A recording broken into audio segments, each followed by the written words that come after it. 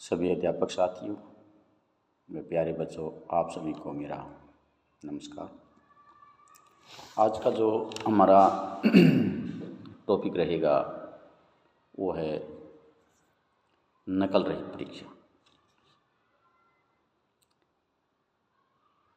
ये इतना गंभीर विषय है कि आज हम देश में कागजी शेर पैदा कर रहे हैं। नकल करना और नकल करवाना दोनों ही इस समृद्ध भारत देश की जड़ों को कमज़ोर कर रहे हैं और ये प्रवृत्ति दिन भर इतनी ज़्यादा बढ़ती जा रही है जो कि बच्चों के लिए, समाज के लिए, राष्ट्र के लिए बहुत ही घातक है। आए दिन आज अखबारों में, टीवी चैनलों पे पेपरों का भंडाफोड़, हर प्रकार की परीक्षाओं के पेपर आउट, नकल करवाते हुए लोग, यहाँ तक कि कई बार कर्मचारी भी खुद पकड़े जाते हैं, जो कि बहुत ही निंदा का विषय है। नकल मरवाकर हम बच्चों में वो क्वालिटी नहीं पैदा कर सकते। नकल मरवाकर हम बच्चों में वो सृजनात्मकता, उनके मस्तिष्क में जो विचार है, उनको हम बाहर नहीं निकाल पाएंगे, क्योंकि नकल की प्रवृत्ति उनको, उनकी सृजनात्मकता को वहीं रोक देगी। क्योंकि उनके दिमाग में विचार आएगा कि नकल चलनी है, नकल से हम पास हो जाएंगे, और उनकी रचनात्मकता और सृजनात्मकता उनके पास नहीं रहेगी। मान भी लिया यदि किसी बच्चे के नकल से वो पास भी हो जाता है, उत्तीर्ण भी हो जाता है, अच्छे मार्क्स मिले आता है, लेकिन फिर भी वो अपना, उसके दिलो दिमाग में जो विचार थे, जो उसके अंदर सृजनात्मकता थी, वो समाज में वो नहीं दे पाता। नकल की प्रवृत्ति मनुष्य को, उस बच्चे को आलसी बनाती है, उसको परिश्रम करने से रोकती है, जो कि बहुत ही खतरनाक है। एक डर जो हर अभिभावक के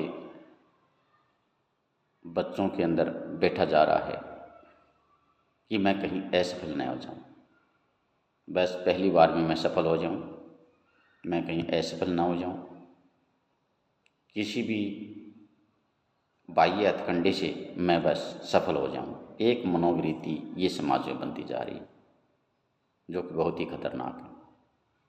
हमें अपने बच्चों को बहुत ही कक्षा रूम में, घर पर एक विस्तृत चर्चा हमें करनी चाहिए कि आप विद्यालय के अंदर पास और फेल के लिए नहीं जा रहे हो, हम विद्यालय के अंदर कुछ सीखने के लिए जा रहे हैं। जीवन में कौन फेल हुआ, कौन पास हुआ, वो आपको बाद में पता चलेगा, लेकिन जो विद्या के जो मंदिर है, ये आपके फेल पास के लिए नहीं है। यह आपको कुछ यहाँ कलाएं, कुछ कुशलताएं आपको प्राप्त हो, उसके लिए ही। और हमें इसके लिए नहीं डरना चाहिए कि हम असफल हो जाएंगे। हम विद्यालय के अंदर सीखने के लिए आते हैं। हम प्रत्येक प्रकार के विषयों की जानकारी हम यहाँ प्राप्त करते हैं, ताकि समाज में जाकर किसी भी पद पर हम बैठकर उसको क्रियान्वित कर सकें और समाज और राष्ट्र निर्माण में उसका अच्छा योगदान कर सकें। रही बात असफल होने की, तो हमें इसकी विस्तृत चर्चा करनी ही चाहिए कि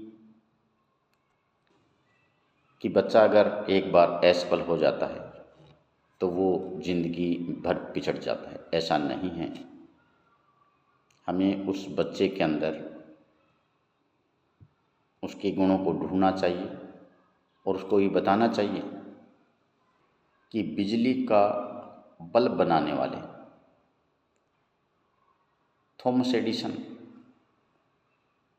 कितनी बार उन्होंने प्रयोग किया, हर बार उनका प्रयोग असफल रहा और अंत में बल्ब जला और उन्हें सफलता मिली।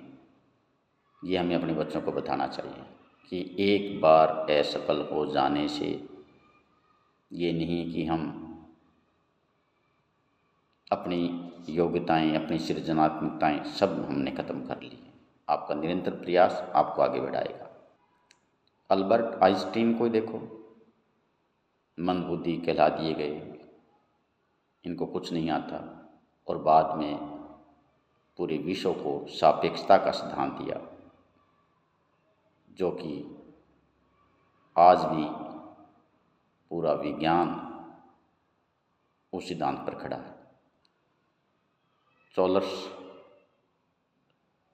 डार्विन कोई देखे, उनके विचारों को बिल्कुल अस्वीकार कर दिया गया था और बाद में विश्व को उन्होंने विकासवाद का सिद्धांत दिया। स्टीफन हॉकिंग को शारीरिक अक्षमताओं की कमी होने के बावजूद ब्रह्मांड विज्ञान का उन्होंने सिद्धांत दिया।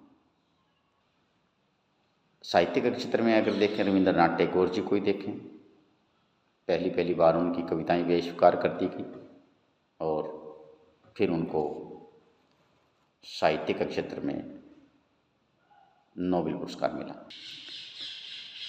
पूर्व राष्ट्रपति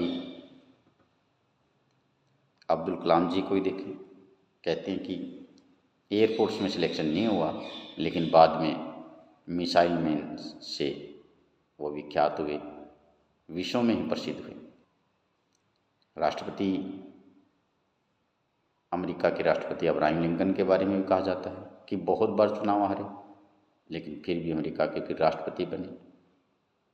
नेल्सन मंडेला को देख लीजिए, 27 साल जेल में रहे, हार नहीं मानी और अफ्रीका के राष्ट्रपति बने। खेल के क्षेत्र में मेरी कॉम को देख लीजिए, आर्थिक तंगी, असफलताएं, लेकिन फिर भी विश्व चैंपियन बनी। बाबा साहब अम्बेडकर को देख लीजिए, आर्थिक, सामाजिक हर प्रकार की तंगी से वो जूझते रहे और भारतीय संविधान के निर्माता बने। इन चीज़ों से हमें क्या प्रेरणा मिलती है कि अगर हम फेल हो गए, नंबर कम आ गए, तो हम कुछ नहीं कर सकते जीवन में। इतने जो मैंने महान वैज्ञानिक, खिलाड़ी, महामानवों के नाम लिए, वो कितने असफल होकर भी वे सफल हुए, सर्वोच्च पदों पर, सर्वोच्च ख्याति पर वे पहुँचे और आज वो पूरे विश्व प्रसिद्ध है। तो आप सभी से ये निवेदन, किसी प्रकार की परीक्षा हो, नकल रहित हो, हम अपने बच्चों के अंदर एक विचार डालें कि हमें कागजी शेर, वो कागजी फूल नहीं बनना है, हमें सुगंध वाला फूल बनना है। हमें सच में ही उस शेर की गर्जना की तरह दहाड़ना है, अपनी मेहनत और परिश्रम से डंका बजाना है और विश्व में बाहर देश का नाम रोशन करना है। जय भारत, श्रेष्ठ भारत।